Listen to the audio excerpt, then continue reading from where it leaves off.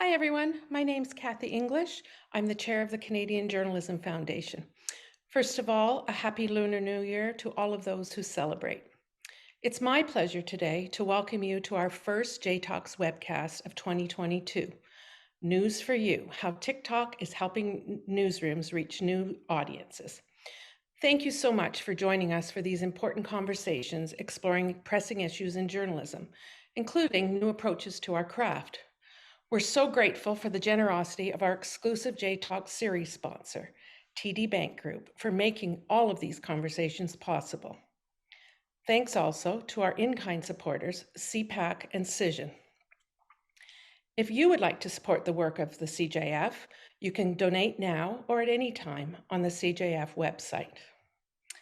A reminder, please save the date for this year's CJF Awards, taking place on June 7 at the Art Gallery of Ontario.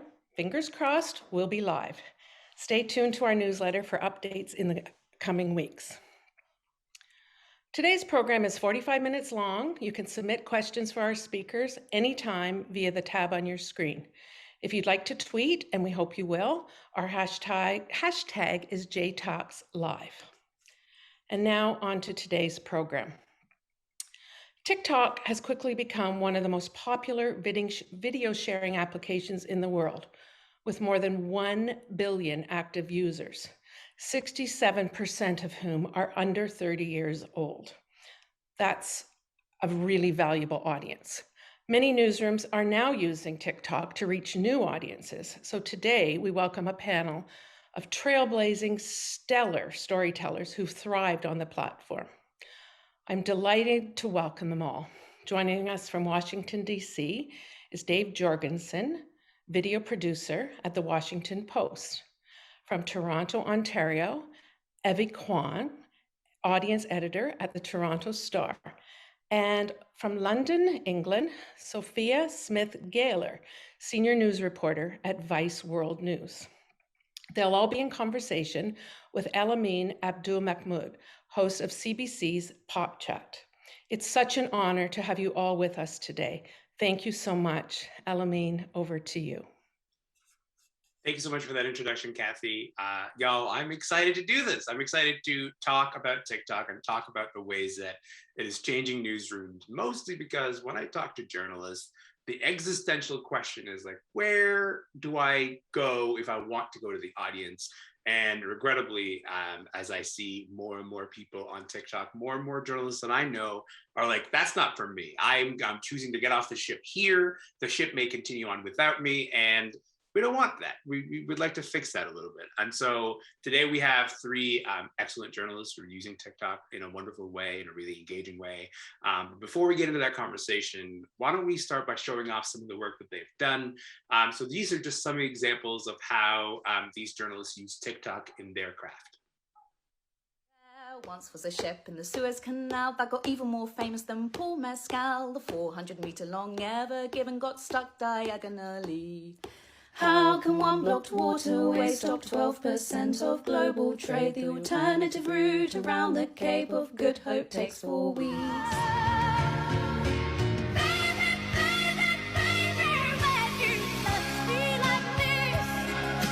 Dave, the CDC cut isolation time for asymptomatic coronavirus infections. It's just 5 days now, not 10.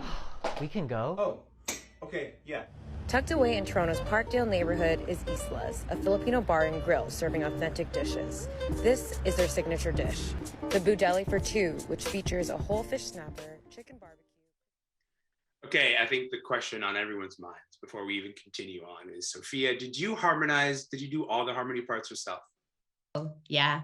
That was incredible. That was my favorite thing. That TikTok, in terms of me coming up with the idea, writing the script, which I had to research because I knew I'm not an expert on the global supply chain, despite all the LinkedIn ads that I got from people who work in the global supply chain afterwards. I know nothing about it, and then filming it and then putting it out, it was 2 hours that it took. And I was on a deadline because any minute that Ever Given could have been freed. So I was terrified that I was going to do all that work and then it wouldn't be a news story anymore. But it was. like cut to the narrator, and then the Ever Given was not freed. It just remains stuck for days and days. Okay, I'm excited to talk about the ways that you have all been using TikTok. But let me begin with why don't we begin with Dave? And I want to begin with you because I'm interested in the ways that the Washington Post would have responded to the notion that we are now to expand what we do onto this new platform. We've all been parts of newsrooms where you get someone sitting in a corner who raises an eyebrow and says, "You want to do what with what?" Talk us through a little bit of that process of how that was launched. Well, the good thing is I have pretty bad vision, so I couldn't see their eyebrows raising. But yeah, I mean, it's interesting because it's two things. We sort of kind of lucked into it. And at the same time, the reason that was able to happen is because, believe it or not, the Post has always been about experimentation, at least to a point. So, this actually, someone was talking about this today, where we just hired Taylor Lorenz, and she said a part of the reason she wanted to come to the Post was because we've been doing things like Reddit AMA since 2013 and TikTok since 2019. So there was already, when I suggested we do this, there was already people actively posting on Reddit as the Washington Post, a whole Snapchat thing going. Everything was already in place and experiment going around all the newsrooms. So I just said, why don't we just try this TikTok thing? And the one thing that happened was they said, keep it under the radar. And I was like, sure. And then I did not do that. I was like, blasted it all over Twitter as soon as I could. But yeah, we were very early adopters as well, which helped because especially then there just wasn't as many news organizations, if journalists in TikTok at all. So there was a lot more people just wandering around looking for news, or maybe they weren't yet, but they were eventually. I like this conception of, yeah, you can do it, but keep it under the radar.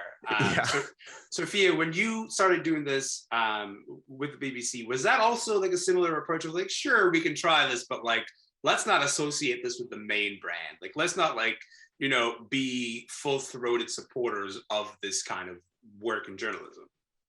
Yeah, so at the time, I was a video journalist in faith and ethics for the BBC World Service, and that's the international radio network that the BBC has. And I started using TikTok because I thought, oh, it's very likely I already have to cut video for Twitter, Facebook, Instagram. If we go on TikTok, I'll have to cut it for TikTok, and let me familiarize myself with the platform. It was never the plan to go on there and get big on there. But my experience is, I hear it time and time again from other people as well, but like my first video went viral and it made me think, oh, I can do more of this. This is interesting. It was the more that I did that I actually got told by my employer not to put my journalism on there. And there were always various reasons supplied for why I shouldn't be putting my work on there. On the other hand, I had other people in management tell me, keep doing what you're doing, it's really good. And I could see the dividends that were being paid. I could see an increase in people following me everywhere. I could see people DMing me with stories they wanted me to report on. I could see this was very much an era on TikTok where the vibes in the comment sections were just lovely. I think now they remain lovely, but now they're a little bit more kind of infected with people who are a bit nasty. But generally speaking, they're very, very nice. And so it felt like a phenomenon I'd never felt before, and online relationships I was beginning to foster that I'd never experienced in that way. And by the time I would go on to leave the BBC, I had persuaded some people and not persuaded others. Where I had succeeded in finding stories on there. I broke the story that Donald Trump's campaign was covertly using the app to campaign, despite the fact he was trying to ban it. I also did a story on the misuse of political ads during the US election, and I was able to get those stories through on the BBC and brought them in as exclusives for our tech desk. So I was able to demonstrate the importance of the app and how I could use it for news gathering and work with people to help create audio-visual content like radio documentaries or television documentaries.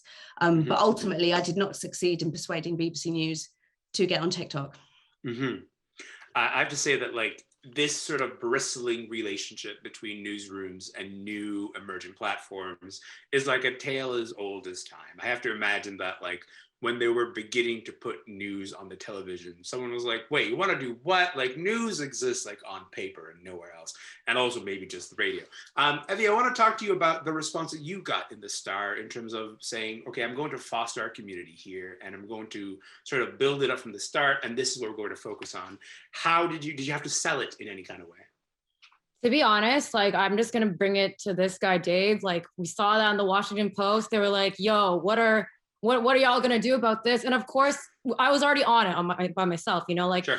As someone who's a social and audience editor, the only thing I really don't want to become, even if I'm like 90 and I'm stuck at it, is like not caring about technology or not trying. Like, I want to try, like, because I want to meet people where they are, and that's what we do.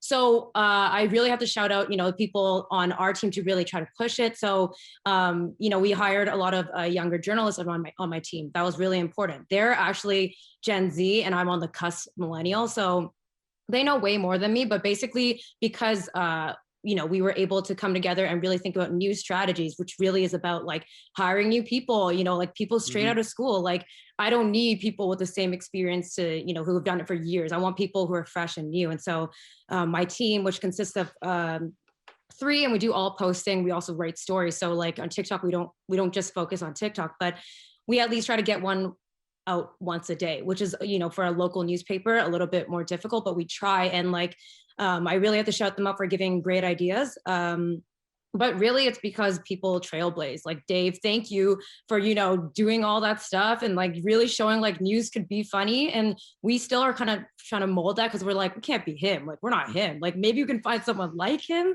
But like, what we just do is like try to give people news. And the biggest thing I discovered is like, you know, people actually want to just take in information regardless of age. Like, they don't always want to be treated like children, like, which was like a big thing when we started. Like, you guys should like do dances on there, and there's nothing wrong with it, or you guys should do like fun whatever. But like, there's also moments for information, which is really important, and just getting it to people, and to treat like that kind of news segment as something like, you know, they're not going to understand, or like they don't want news, they just want fun stuff. That is so not the case. And I just think that's so amazing. And if I can, I just want to shout out my team, and all 3 are people who graduated this year, and I'm very proud of them. You know, they're working full-time, making TikToks. Manuela, Liban, and Maddie, I'm just so proud of you guys for really trying to blaze through. And we know with Canadian media, it's a bit slower even compared to the US or even the UK, but that's something we're really proud of, and we're slowly growing with you two as like huge examples too. So, Dave, I want to pick up on something that Evie just said that is interesting to me, because like, I inherently think that news is funny. It's important and it's rich with information, but also like, there's no good reason why it can't be inherently funny, unless like something very serious and devastating and tragic is happening. We can turn a lot of news stories into something that is digestible through humor in that way. I think there is a resistance against that, but also there is also like, I think as we begin to embrace that, how do you conceive of like stories that work through that treatment? Like, we saw like that video that we just watched at the start was like, the nugget of the information was, okay, the CDC is changing the rules around isolation, but you're like, well, we don't need to be that serious about this. Like, we can sort of have fun with that. So how do you begin to think about that? It's definitely a case-by-case basis. And before I forget, let me thank Evie for those very kind words, and also just legitimizing us by making your own team, because then it was very lonely there for a minute where there wasn't a lot of, it was like us and USA Today, and then Sophia, and then I was like, someone else. So thank you. Yeah, but in terms of just like, I guess, tone, that's something we think about a lot. So in addition to the comedy of it, and certainly I'm in the same boat as you, back in college, I interned at the then Colbert Report. So I'm very much coming from this world of like, everything is funny in the news if you look at it through a certain angle. Yeah. But of course, there are obviously moments where like, this is too serious for us to do any kind of joke on. And that certainly has happened. But for the most part, I do feel like we stick to something that we just call information takeaway. And if someone can watch a TikTok and on the first time, without even just opening the app and it just appears and they understand what we're talking about on that first loop, that is the best case scenario. And that was kind of the case with that Celine Dion one, which is like, there's something silly happening here, but I think actually a lot of people were getting a lot of information out of it because we we caught their attention. And then the second, third, fourth, hopefully 100th loop, they're watching because they just enjoyed it. So I'm very much trying to get your attention, but also we really do want to actually have you walk away having learned something, at the very least, have an interest in this topic that maybe you didn't care about before, because that to me is one of my favorite things about TikTok. And it's not really the reason I got into it, but it's something I've just appreciated more and more, is because the way the app works, where you just open up your phone, it's not like a lot of other social media platforms where you've already kind of curated what you want to see. Certainly the algorithm does that to an extent, but there's still a level of like, you're getting a lot of content from people that you maybe don't even follow on your For You page versus other platforms that prioritize everyone that you're following. And so that's like a big edge we have in terms of just like trying to get your attention, but also like, okay, now you know about Russia-Ukraine relations when you never, ever would have looked it up on your own. Right. And like, nor was it your intention to actually like look it up on your own, right? Like that's right. Yeah. Yeah. Sophia, when I think about some of your TikToks, you don't really shy away from like a significant amount of information either. Like I know that, you know, like the stuff that Dave was just talking about, like, yeah, we can have a short little takeaway, but certainly you've had fairly lengthy TikToks that are like, here's the history of sexual education in the UK and how we got here. To me, like, that's really interesting. It's interesting to sort of like conceive of a significant amount of information, 4, 5, 6 pieces of information that you need to communicate in one TikTok, and say, yeah, this can still be the platform for that. Because I think that's something that can be intimidating for a lot of journalists who want to formulate a TikTok around just one thing, but you're like, no, I think we can do more about that. So can you talk to me about how you conceive of those longer TikToks? Yeah, I also never understand. I always get asked, and it's always by very sort of senior journalists who are only really used to like TV and radio. They'll be like, how do you get so much in such a short bit of content? And these are people who have worked in a medium where they know how to shove so much information in a really short radio bulletin. Sure. And there's this kind of sort of mental congruence where they don't work out that skill set that they've honed for doing that is exactly the same that you would for TikTok. The beauty about TikTok is that I don't have to think about speaking at this slow pace like I would if I was on radio. Like there's something about TikTok where you know the audience can rewatch it if they missed something. You know that generally the speed of speech is quite fast and upbeat. You're really meeting audiences where they are, and you're just making the content to be exactly like theirs. And just like when someone comes to TikTok and they spend a minute telling an anecdote about something that's happened to them that's really funny or really tragic, everyone kind of develops the skill of, okay, how do I fit this into a minute? I need to either squeeze this into a minute, or I need to work out how I'm going to do like for part 2, and keep the audience coming, watching for more. But yeah, I think that it's all about choosing. There's no desperate need to fill in every little inch of the news story in a 1-minute TikTok. It's about putting the bit in that is going to interest people. And then you can direct them to, you know, if this was interesting, there's more here. And then maybe they'll go follow, you know, check out that additional content. Otherwise, there's absolutely no issue in fitting information into 1 minute. In fact, 1 minute is quite a generous amount of time if you're used to broadcasting. And there are numerous times, I remember at the BBC where I used to have to file a television package that would be about 1:30. And because it's TV, because speech has to be slightly slower for TV, and because you had to sort of always apply, you know, write scripts to pictures, far harder for me making a telly package than it ever has been making a TikTok. I think there's a lot of TV journalists who'd be hearing that and like feeling a little bit shocked about it. And maybe let's get into that. Evie, I want to talk about the visual language of TikTok, because I feel like a lot of us take selfies, but a lot of us are not used to sort of just like putting a camera up to our faces and just starting to speak. And maybe that's a skill that takes a little bit of time to train in terms of like understanding the visual language, the visual tone of TikTok, and like how to communicate in that. Was that natural to you? Did it take a bit of time to develop? Because you mentioned that you're like, I want to go where the audience is, but that doesn't necessarily mean that like you come pre-equipped, like, I'm ready for this place.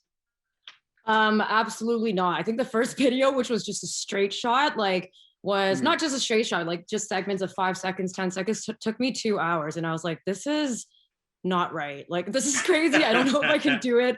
Sure. But it was more so just like, you know, we're print at the Star. That's mainly what we do. We're print, and then we have a website. So none of us are like really out here even wanting to like we all work from home, and we're not like trying to look good or anything or get ready. But that's now it's like really changed. Like the game has changed. I can't just be showing up like, I mean, unless the story really like is about that, like kind of disheveled or whatever, and whatever, it doesn't matter. But that's kind of why I like TikTok, because it's like, it's not about like the most beautiful videos or like 4K. Like it's not about that at all. Like there's just like some amazing ratty things you can do like with it, like have a bad green screen on your back, like behind you, and just like use that as a storytelling method. And I just really appreciate that. I think it's just so organic, and when it's too overdone, I actually find that like people kind of lose trust in it.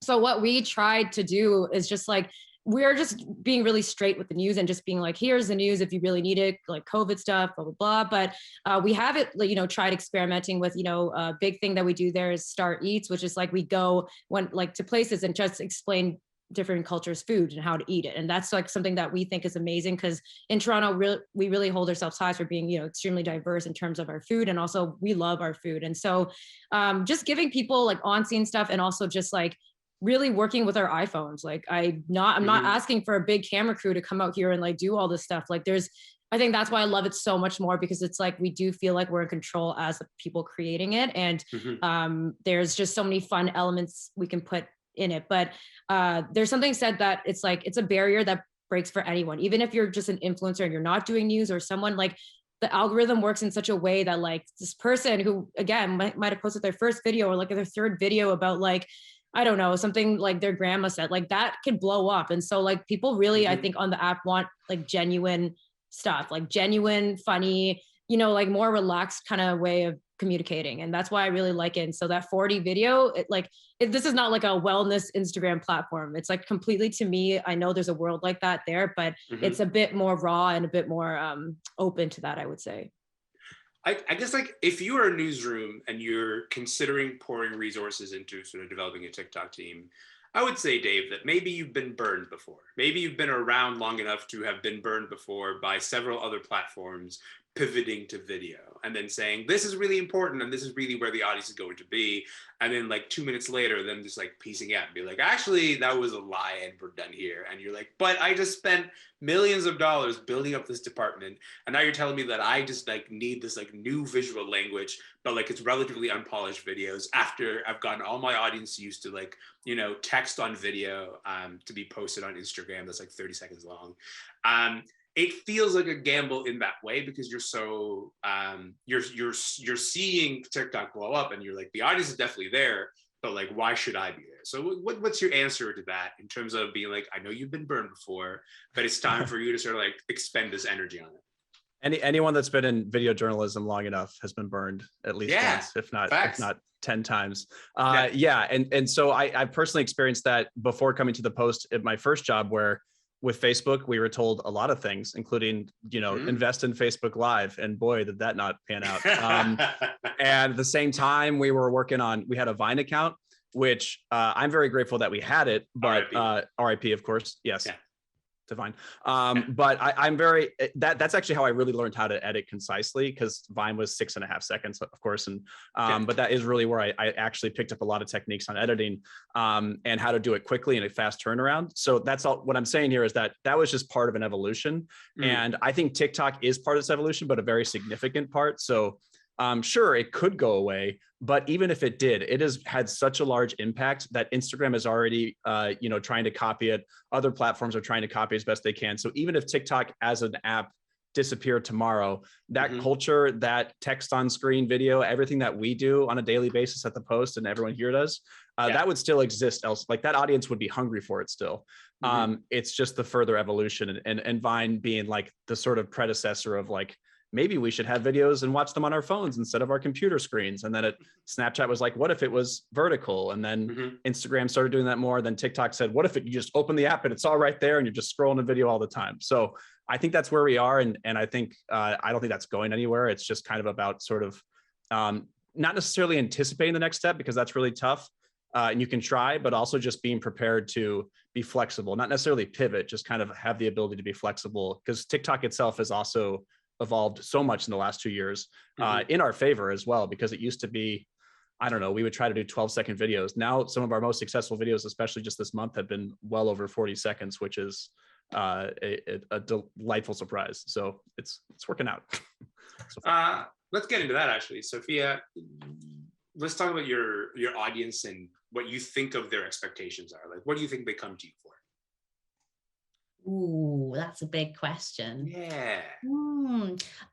So I definitely think that a strategy of mine, which has paid off, is that over time I just will drip feed genre of stories that are really important to me, which are also connected to the reporting I do. They are also connected to the presence I'll put forward elsewhere, like on my Twitter and my Instagram, like in the whole ecosystem of my social media presence.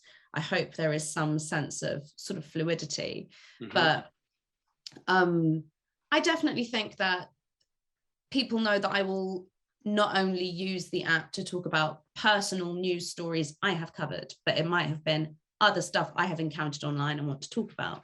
Or it will be completely random stuff that isn't connected to my journalism, but is connected to personal interests that I have. And in the UK especially, I imagine sort of in North America as well, these conversations are happening too. But in the UK, we're constantly talking about trust in the media. Do you trust journalists? Like, this is something that audiences are constantly polled on. And news organizations are existentially obsessing over how trusted their brands are. And I could just see really early on how I was kind of lied to when it came to, if you want to be a trustworthy reporter, you have to be super, super objective and kind of austere and never really give too much away on your social media. And that's it. And I've realized that you can be an impartial, objective reporter, but you can have personality. You can lead your audiences onto a journey with you that you are also journeying on. And it's, you don't have to sit there kind of looking like this distant expert or sort of very patrician broadcaster. Like that, the age of that kind of reporter does not suit the age of sort of journalism that I want to cater for. So I guess ultimately, I almost don't want people to come to my page thinking, oh, that journalist. I just want them to come and think, Sophia, you know, I know her, kind of thing. That's the vibe I hope I kind of curate. Do you feel like that undermines your, I guess, like something about this profession? And maybe it happens with a few other professions, but swear to God, no other profession has this, where like journalist, capital J, becomes like a part of your core identity in a weird way. Have you like divested yourself from that? Are you like, I'm post-journalist, bro. I'm something else. I don't really mean that in the sense that, like, it sounds like you're like, I want that identity to be maybe like second and not first. Post-journalist is such a galaxy brain thought.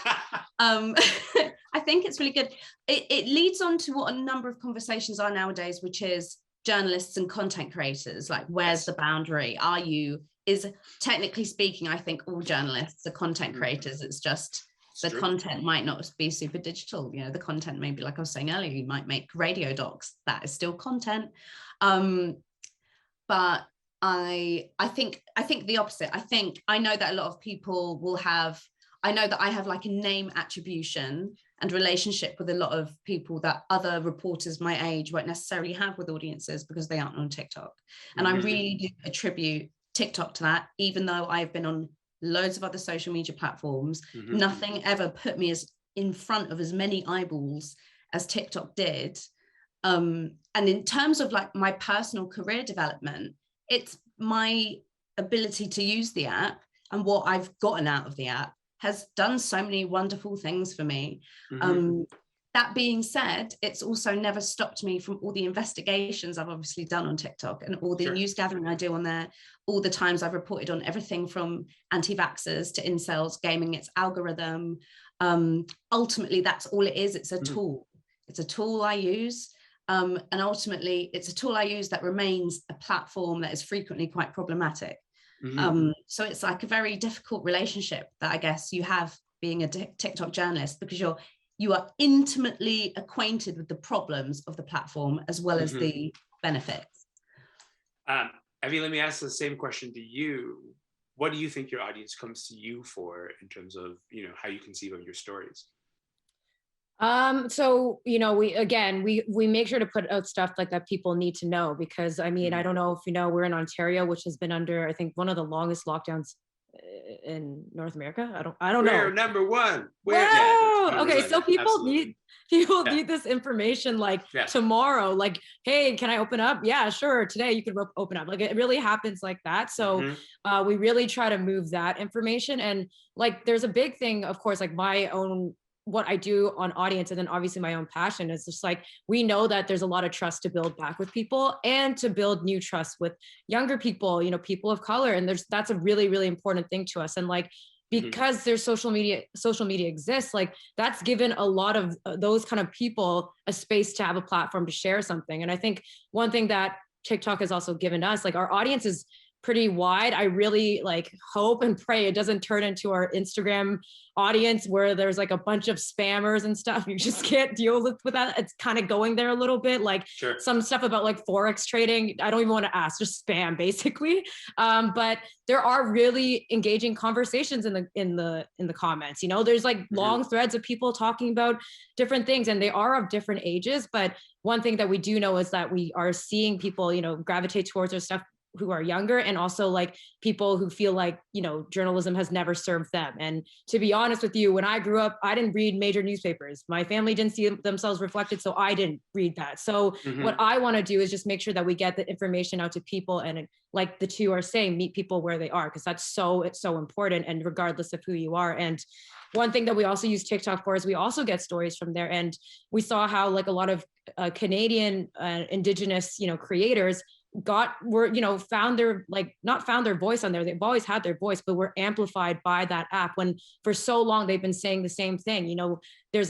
We get to see the type of water that they're drinking, and it's unfortunate to say, but the water is like brown and murky, and like, where else are you going to see all this stuff? Like, of course you can put it on Twitter, on Instagram, but it's just a bit different, that app, where there was a lot of sharing through that. And we also write stories about these creators. And so it's kind of a give and take. But my main thing and what my team wants to do is to make sure that everyone has access to information. We know there's barriers. We know there's distrust. We know there's people who can't afford to, perhaps have that. So as far as we can push it, that's why we're passionate to be on it. And even though analytics in a traditional newsroom might not, it's a bit hard to measure on TikTok. It's a little bit difficult, but it's something that we still treasure and make sure that we do, because it's a duty that we have to get information out. Okay, I literally have a million questions myself. However, if I don't start getting to these audience questions, I'm going to have like a bunch of people with pitchforks at my door. And so I'm going to start doing that now. And I'm going to start with you on this one, Dave. And the question is, how can legacy brands with reporters who are decidedly not TikTokers, I'm directing this to you because you're a Washington Post reporter, legacy brands with reporters who are decidedly not TikTokers enter the space in a genuine and meaningful way and not immediately become like, hey, boomer memes? Well, what we did initially early on, and this still we do to some extent, especially when we were back in the pre-pandemic, when we were in the newsroom, whenever we had reporters on our TikToks, we really did lean into the, like, I don't know what we're doing here, to a point where I would edit it to kind of, it was a pleasing, like, it was a funny TikTok. We were in on the joke, but at the same time, the people in the TikTok were like, what's going on? And I do think that actually really helps kind of appeal to our audience and kind of give them a wink of like, we know we're really old and we know we're a 144-year-old newspaper, but like, we're trying to meet you in the middle, meet you where you are, as everyone keeps saying. And that's a big part of it. I do think that, as the same thing that Toronto Star has, like basically having a team of people that can create the TikToks and then approaching the other reporters in the newsroom with ideas based off of their stories, which we do all the time. I think if you had the right people producing them, you can make anyone look good in a TikTok, honestly, if you're doing it the right way. And anyone that's doing so earnestly and authentically, even if they're a reporter that's been on the politics desk for 35 years and has never even opened TikTok. There's a way to make it where what they can, relate to the audience in a way the audience really appreciates. And that's been true from the very beginning, is that authenticity is rewarded on TikTok. So if you're doing so earnestly, the audience is really going to respond to it in a way that I think a lot of people are surprised about and continue to be surprised about, but that's always been the case.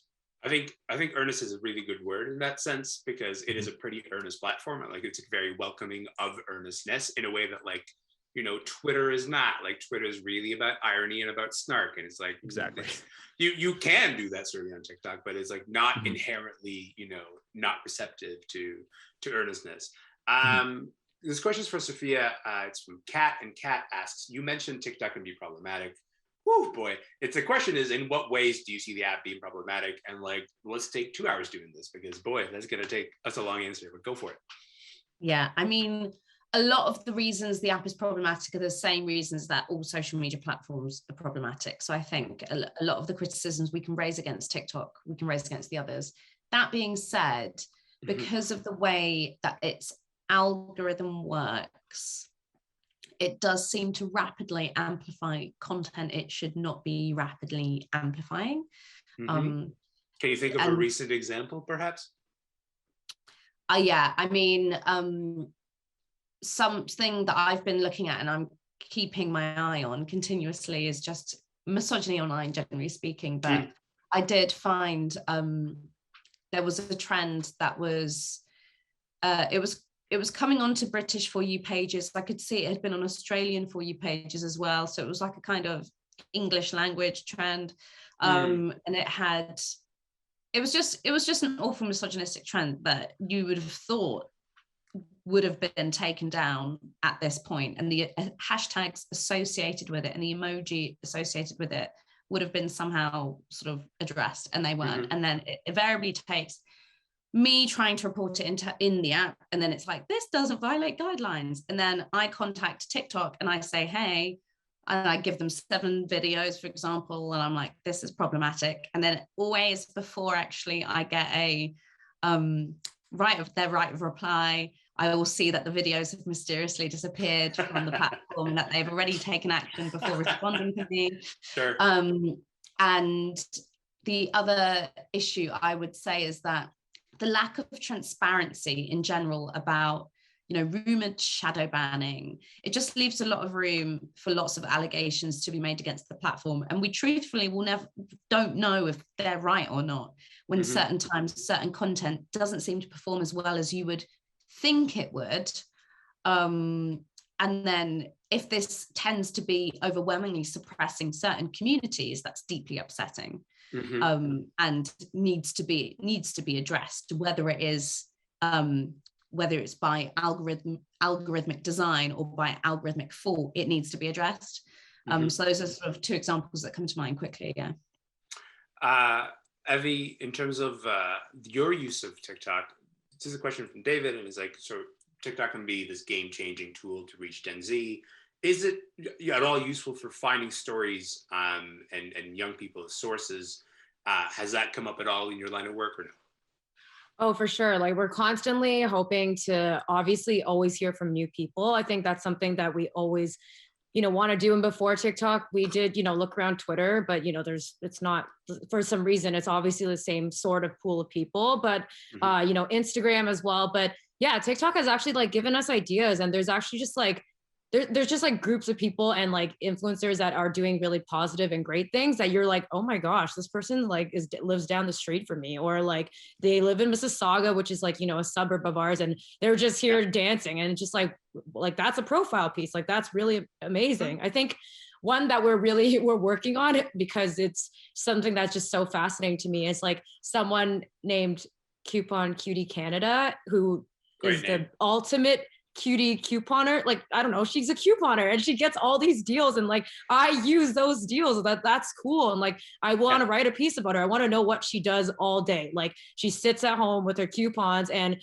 like, makes all these videos, and like, where does she get the deals from? How does she hear about it? And so and she's the kind that's kind of like, Canada isn't as extreme as America, but like she somehow gets money back on some of them, and that's just like crazy to me. So I just wanted to like, those are kind of the stories of interesting people, like, and what we cover, which is like Toronto and then Canada kind of thing. And those kind of interesting people that have really just blown up. Like she has so many followers. So that's an example of something that's like, that's a story and we're covering it. That's the story. We're going to see what the hell she does. And that's kind of a cool day in the life. But there's also other, you know, things like what are students talking about? And that's a very big thing that's coming up with, because again, we have had the longest online learning of all of North America. And we have a lot of students sharing their points of view about it. Like, it's kind of sad not to see your friends. Your prom was over Zoom, which is like, hellish. I don't even know how to describe that, but you know, getting them and using them as sources to see, you know, this is a story that's important to them, whether or not like people in generally care about like prom or like what they're going through. It's like, you know, that's the kind of story that we want to bring up, you know, young people and their voices and what's important to them. So constantly listening is a big part for us. It's not just like creating, it's always listening. So and treating it seriously, obviously being mindful of like what is problematic, and always, you know, Sophia just broke it down really well, but you know, those kind of local stories that we really love and treasure about humans, like we really try to find ways to make those stories, and so other people in older generations can even read what's going on and what they feel about. This question, Dave, you have been named specifically in this question. So the question is, the content you create is wonderful, it's fun and grabs new audiences, but it doesn't have a link to the content to the Washington Post actually creates. What's the idea here behind, you know, the TikTok strategy of the organization as a whole? Because it seems like you're not trying to drive any page views. Well, that wouldn't be true, but I do. They really called me out here. I've been trying to call out TikTok on this specifically, but the short-term solution, and there are a few, is that we do have a link tree now. So if you go to the link in bio, you're able to see on that day a link to every story that came out that day, including usually some from the previous day as well. So you have that. And then we also always include a comment thread now, anywhere from 2 to 5 comments long with more details on the story. We've run into this issue, speaking of shadow banning, where we can't even write the phrase link in bio anymore. That comment doesn't exist. You type it, no one else sees it but the Washington Post. So we're trying to find other ways to point people towards it. But I did notice, and this was a few months ago now, this was a while ago, I make a point of trying to follow other news, or like on my personal account, because our post account follows like a fake Ashton Kutcher account and like nothing else. But on my personal account, I follow like all these other international news organizations. And I noticed that I can't remember the name of it, but there was one, I think it's the one based out of Brazil. And anyway, they were clearly getting the experimental links that TikTok was trying, and it was very specifically the link in bio, like instant article type thing that you see on Facebook and Instagram. So TikTok is clearly testing this. I don't know when and how we get access, but I'm waiting for that moment. It's not as if they don't have the capabilities. Right now, you can link like a Wikipedia page for some reason, which I do ironically as much as possible. But you are able to do it hopefully sooner rather than later. And in the meantime, we are trying to drive traffic in our own ways. But I will say that, you know, every so often we have TikToks of, hey, we have a special TikTok subscription deal, and we put those TikToks out there, and that always ends up driving a decent amount of our followers to subscribe to the post, which is something that up until recently, they thought we were in Washington State near Seattle. We get that joke all the time. They thought my name was Washington and I was posting like, so we've already gone from Washington. Step A to F. Yeah, they're yes, exactly. And I'll take it, like as long as they subscribe, whatever you want to call me. But we've taken them on a journey. For sure. Dave Washington Post. Good name. Yes. I'm going to collapse a bunch of questions that we have here into one, which is, you know, how do you think about, this question, we'll start with Sophia on this one, which is how do you think about storytelling and formats? And essentially like, what qualifies to you as a story, and then how do you sort of put it in a bucket that is like, here's how I'm going to tell this story.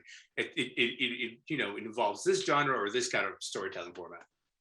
Yeah, from my perspective, it's about, first of all, I'm like, is this story something I've covered from afar, or am I there covering it?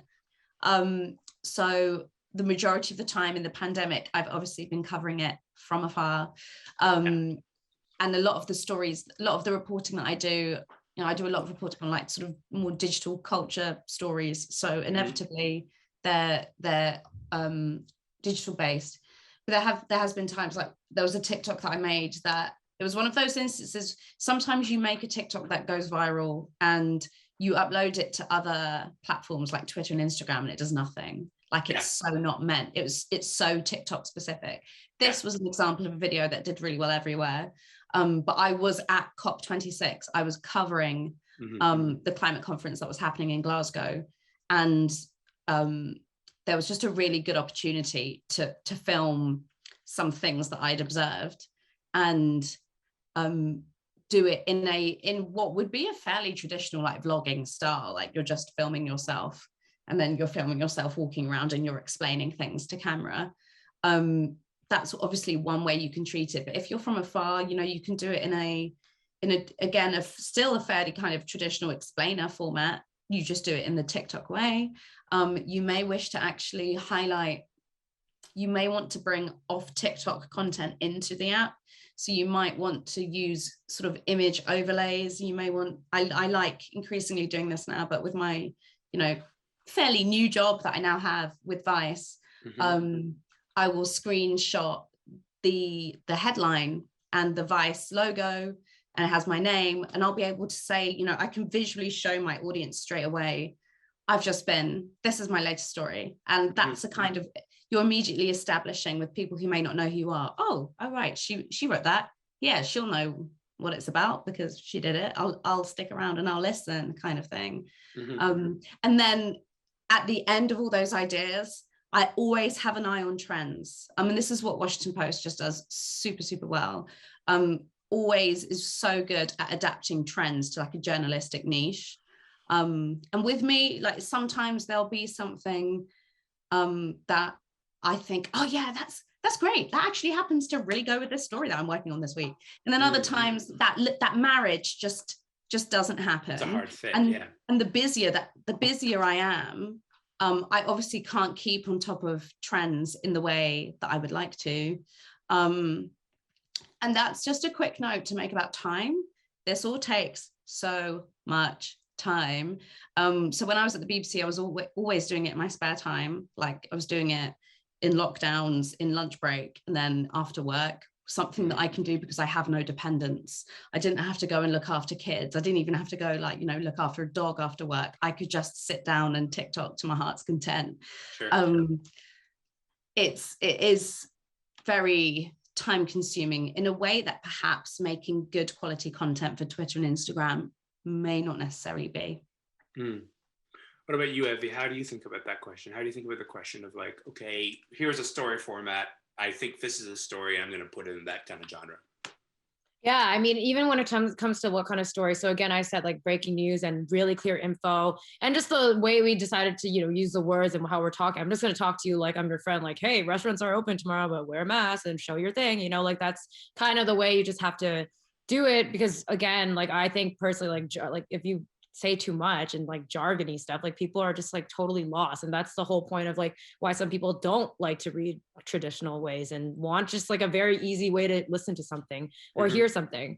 But other stories that we choose to do are definitely like very visually based. Like, you know, we don't have too much time because we have a smaller team, but we do all different types of platforms. So, and we have people writing at the same time. So it's really just about really great multitasking, but we do prioritize stories of, you know, we know that the media hasn't covered every single community that much, right? So when there's an opportunity and stories to tell their story, because we know that's a hole, like that's missing. And for a fairer, more, you know, a fair coverage of anything, we really try to celebrate that. So we will give stories about, like, let's just say today, Lunar New Year and maybe traditions, or like, you know, what's about, and that might be lighter, but that really helps the community, you know, feel like they're part of it while teaching people new things. And also stories of, you know, people who are temp workers and stories of people who are, you know, in a precarious immigration status. Like these are things that I think Canada obviously has an idea that they're like super multicultural and nice and blah, blah, blah. And everyone knows all that like around the world, but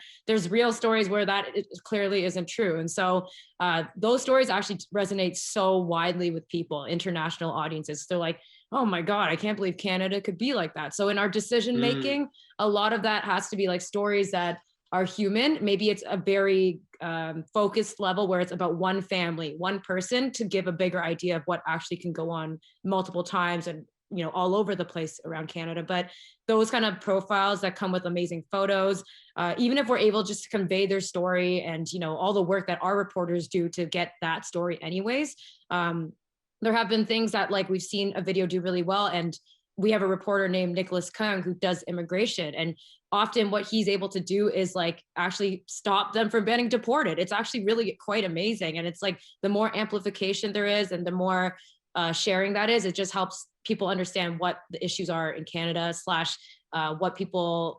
the hardships that people go through here. Yeah, listen, the stakes of Nicholas's work and my work are very different. Like for me, like if someone's like, I disagree with you, that's as bad as my day gets. Nicholas can literally sort of influence sort of like deportation events. Like that's to me is like, I can't deal with that. Dave, listen, all this panel has had many wonderful words to say about your work. So we're going to give the last word to you about this, which is, do you reach over to a shelf and be like, these are the formats we know work and we're going to put them into these formats? Or is every story like a new adventure? How do you think about that? It's a new, chaotic and really a stressful adventure every day. And then we look back and get it and we're happy for about 10 minutes. And the next day, like, okay, let's do it again. So yeah, and then shout out to my team. So Chris, formerly Chris the intern, now Chris the employee, was hired in December along with Carmela, and they're incredible at what they do. And a big part of their job that I think Sophia had just briefly mentioned there is like when you're looking for trends, and sometimes I don't have time to do it every day. And so they're really good at also finding these trends. And sometimes we see something and we go, okay, this could be a really good trend but let's sit on it for a couple of days until we see an article that applies to it.